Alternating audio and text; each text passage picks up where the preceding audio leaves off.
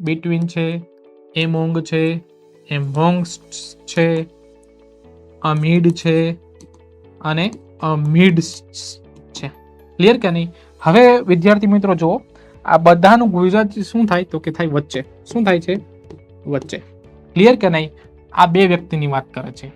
આ બંને બે થી વધુ પણ વધુ ગણી શકાય એના માટે, અને આ બંને બે થી વધુ પણ ન ગણી શકાય. ડન કે નહીં? હવે એમોંગ અને એમોંગસ્ટ એમાંથી કયું મૂકવું? તો તમે જેની આગળ મૂકો છો એ વ્યંજન હોય તો એમોંગ મૂકો, અને સ્વર હોય તો એમોંગસ્ટ મૂકો. આ બધા પ્રિપોઝિશન પૂછાણા. હવે જુઓ, ધીસ મેટર શુડ બી ખાલી જગ્યા અસ. હવે વિદ્યાર્થી મિત્રો જુઓ, એમાં એવું કેવું છે કે બિટવીન હોય ને તો બે વ્યક્તિની વાત થવી જોઈએ, તો જ તમારે બિટવીન મૂકવાનું. તો આમાં બે વ્યક્તિ છે એવું કે કીધું નથી. કીધું ને એટલે તમારે પ્રાયોરિટી આપવાની એમોંગમાં.